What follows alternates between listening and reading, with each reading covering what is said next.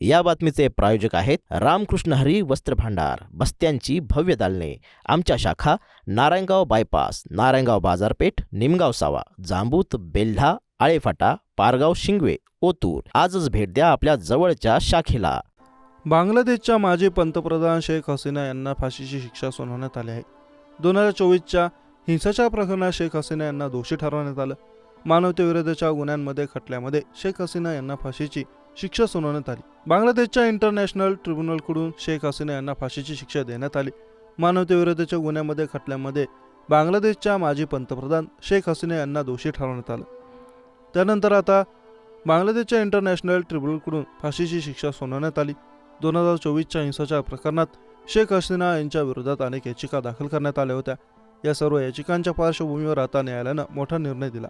शेख हसीना या दोषी आढळल्या असून त्यांना फाशीची शिक्षा सुनावण्यात आली. 2024मध्ये बांगलादेशमध्ये मोठा हिंसाचार उफाळला. या हिंसाचारानंतर शेख हसीना यांना जुलै 2024मध्ये बांगलादेशच्या पंतप्रधान पदावरून पाय उतारावं लागलं होतं.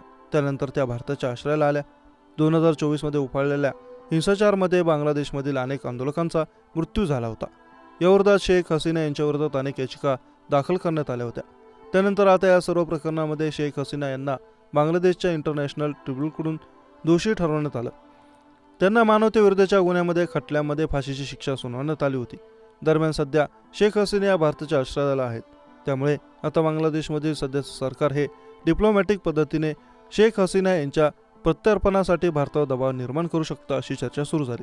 2024मध्ये बांगलादेशमध्ये मोठा हिंसाचार उफाळला होता. या आंदोलनात अनेक आंदोलकांचा मृत्यू झाला.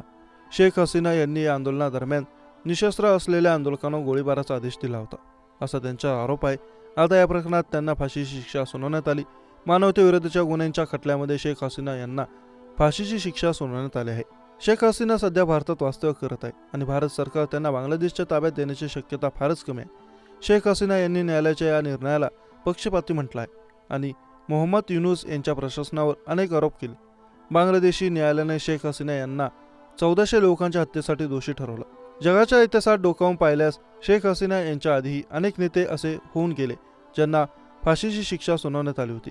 सत्तेसाठी संघर्ष, उठाव आणि लष्करी बंडीमुळे अनेक नेत्यांना फासावर लटकवण्यात आलं.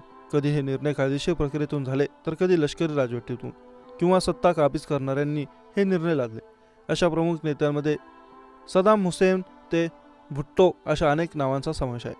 इराकचे माजी राष्ट्राध्यक्ष सदाम हुसेन हे आधुनिक इतिहासातील फाशी गेलेल्या सर्वात प्रसिद्ध नेत्यांपैकी एक आहेत. 1980 आणि 1990च्या दशकात त्यांनी इराकवर राज्य केलं होतं. सदाम हुसेन यांच्यावर क्रूरतेचे अनेक आरोप होते. 2003मध्ये अमेरिकेने इराकवर हल्ला केल्यानंतर त्यांना पकडण्यात आलं. दोजेल हत्याकांडासाठी मानवतेविरुद्ध गुन्हे केल्याबद्दल त्यांना दोषी ठरवण्यात आलं. 30 डिसेंबर 2006 रोजी त्यांना फाशी देण्यात आली होती.